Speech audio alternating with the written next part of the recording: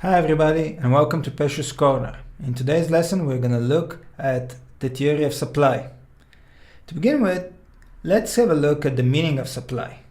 Supply is the ability and willingness of producers to sell a product. So this is somewhat similar to the definition of demand. Once again, we have those two requirements, to be able and to be willing. So let's define it. So supply is the ability and willingness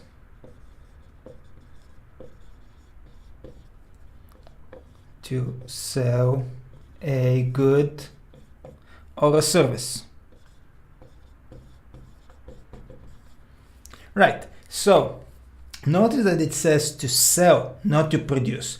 To produce something, you may decide to produce it for your personal use and you may not want to sell it. So this is the first key requirement. You sell the good or the service, and then to sell it, actually you need to be able to sell it. So you need to have possession of it and you need to be willing to part with it, i.e. willing to sell it. You will sell it for a price, obviously. But this actually means that producing goods and keeping them in a warehouse or in storage would not actually increase the supply. In order to increase or in order to increase or generate supply, we need to be actually putting those goods on the market where potential customers can buy them.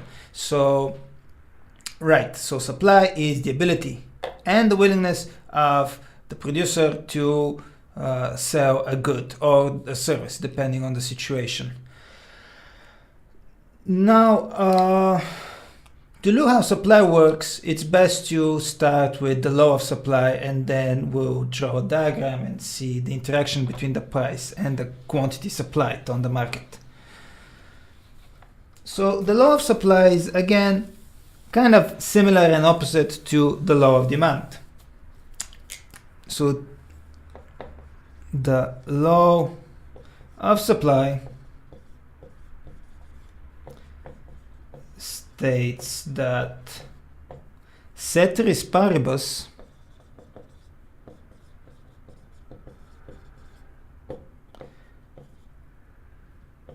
an increase in the price of a good will lead to an increase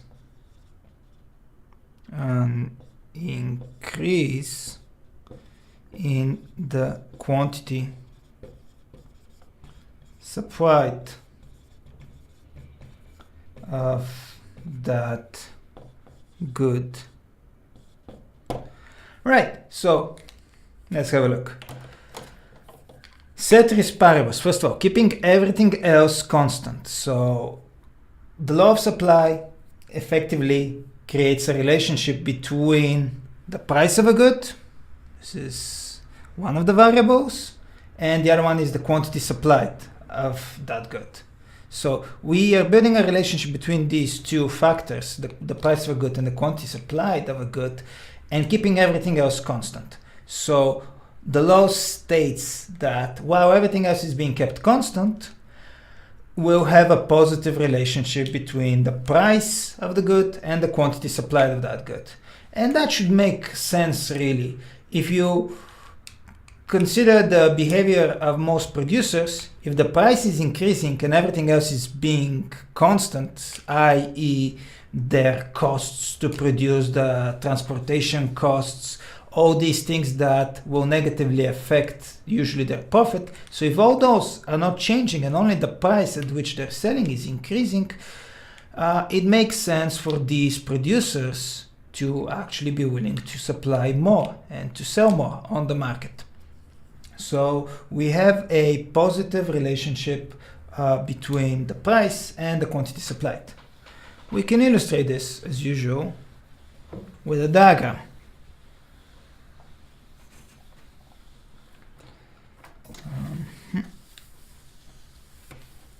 So on our diagram, we're gonna have the price on the vertical axis. This is the price at which the good is selling, and on the horizontal axis we'll have the quantity of that product that is being sold. And let's start with a simple numeric example. Imagine that we are selling t-shirts. So this would be supply of t-shirts. And if the price of a t-shirt is, let's say, $5, we may be willing and able to sell, let's say, 10 of them. So, however, if we increase the price to 15 and our costs are not changing, we may be able to profit more, and thus we'll be willing to produce more t-shirts. So let's say our I'm just picking random numbers here. Our output will go to 20.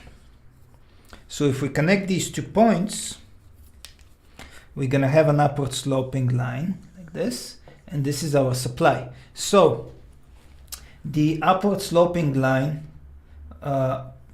implies that positive relationship between the price and the quantity supplied as it was described by the law of supply. So let's write those things down. We have upward sloping supply curve, which is due to the positive relationship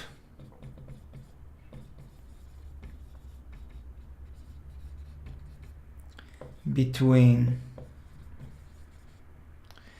the price and quantity supplied, which is what we saw in the law of demand. So we have here law of supply, excuse me, law of supply.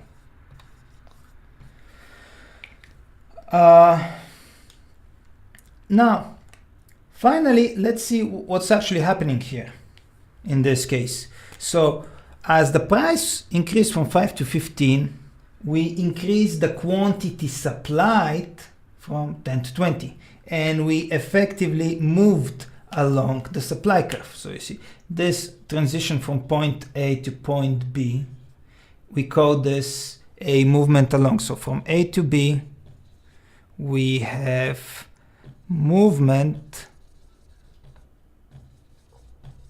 along the supply curve. And it's important to realize that this relationship goes from price to the quantity supplied, not the other way around. So a change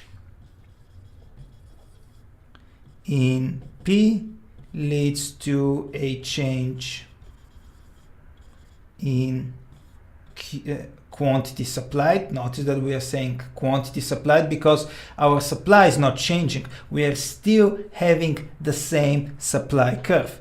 We are changing the price and we are moving along the supply curve. So we are moving along the same one supply. We are only changing the quantity supplied. QS stands for quantity supplied.